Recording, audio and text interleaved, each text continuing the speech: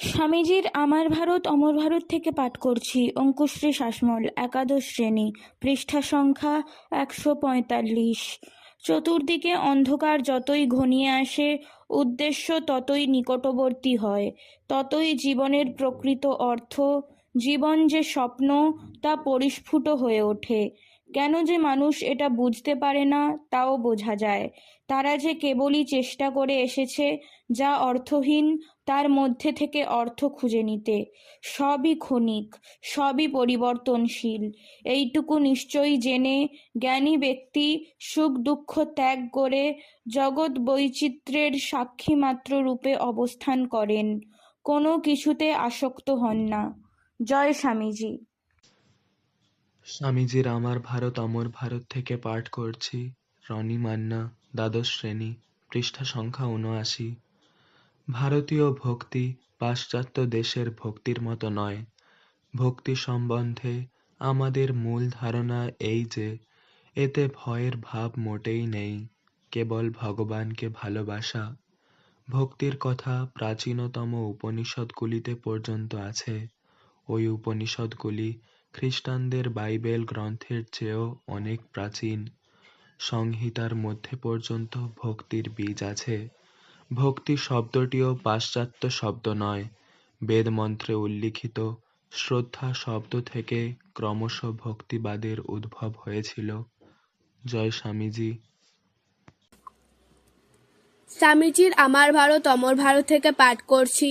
রূপসা খাড়া, সপ্তম শ্রেণী, পৃষ্ঠা সংখ্যা 100। নীতিপরায়ণ ও সাহসী হও, হৃদয় যেন সম্পূর্ণ শুদ্ধ থাকে। সম্পূর্ণ নীতিপরায়ণ ও সাহসী হও, প্রাণের ভয় পর্যন্ত রাখিও না। ধর্মের মতামত লইয়া মাথা বকাইও না।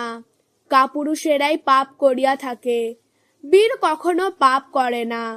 মনে পর্যন্ত পাপ চিন্তা আসিতে দেয় না।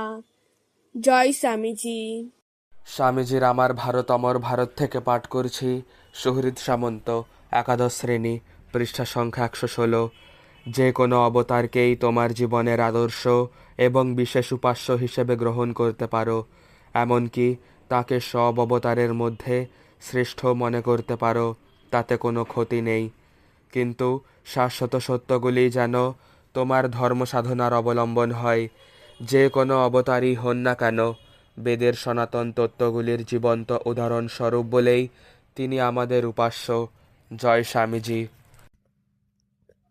স্বামীজির আমার ভারত অমর ভারত থেকে পাঠ করছি।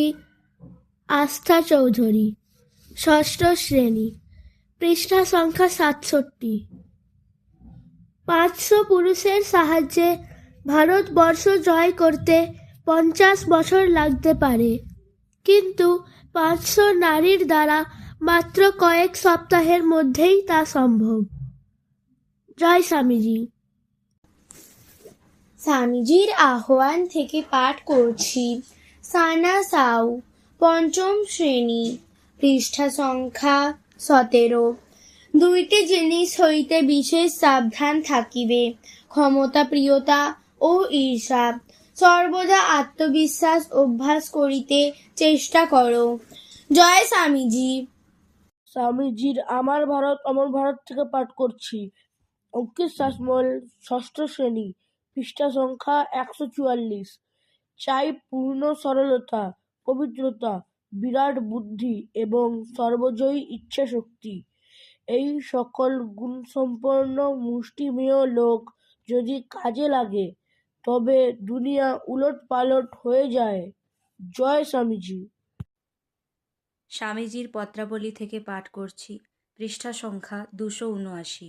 স্মৃতি মাইতি, 11 জানুয়ারি 1895, চিকাগো থেকে জিজিকে লেখা পত্রের অংশবিশেষ। দূর করে দাও যত আলস্য, দূর করে দাও ইহলোক ও পরলোকে ভোগের বাসনা। আগুনে গিয়ে ঝাঁপ দাও এবং লোককে ভগবানের দিকে নিয়ে এসো। ভগবৎ সমীপে প্রার্থনা করি, আমার ভেতরে যে আগুন জ্বলছে তা তোমাদের ভেতর জ্বলে উঠুক, তোমাদের মন মুখ এক হোক, ভাবের ঘরে চুরি যেন একদম না থাকে, তোমরা যেন জগতের যুদ্ধক্ষেত্রে বীরের মতো মরতে পারো। ইহাই সর্বদা বিবেকানন্দের প্রার্থনা। জয় স্বামীজি।